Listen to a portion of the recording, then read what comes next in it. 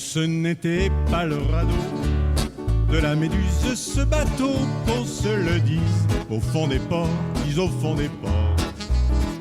On naviguait en Perpénard, sur la grand-mare des canards, et s'appelait les copains d'abord, les copains d'abord. Ces fluctuades nec mergiture, c'était pas de la littérature, n'en déplaise aux jeteurs de sorts, aux jeteurs de sorts. Son capitaine et ses matelots n'étaient pas des enfants de salauds, mais des amis franco de bord, les copains d'abord. C'étaient pas des amis de luxe, des petits castors et pollux, des gens de Sodome et Gomorre, Sodome et Gomorre.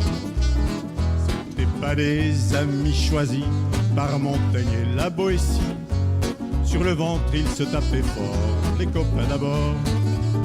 C'étaient pas des anges non plus, l'évangile ils l'avaient pas lu, mais ils s'aimaient toute voile dehors, toute voile dehors.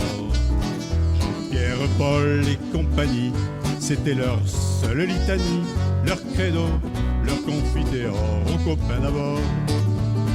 Au moindre coup de Trafalgar, c'est l'amitié qui prenait le quart, c'est elle qui leur montrait le nord, leur montrait le nord.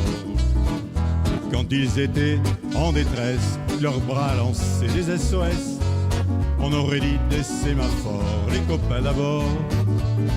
Au rendez-vous des bons copains, il n'y avait pas souvent de lapin. Quand l'un d'entre eux manquait d'abord, c'est qu'il était mort.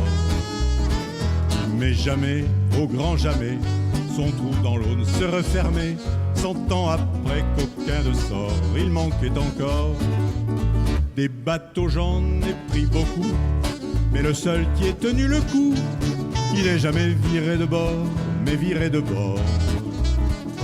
Naviguait en Perpénard, sur la grand-mare des canards, et s'appelait les copains d'abord, les copains d'abord.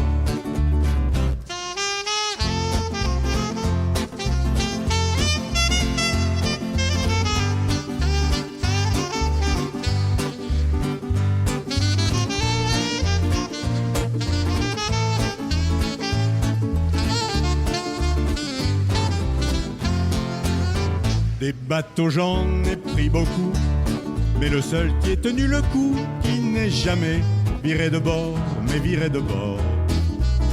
Naviguait en Perpénard, sur la grand-mare des canards, et s'appelait les copains d'abord, les copains d'abord.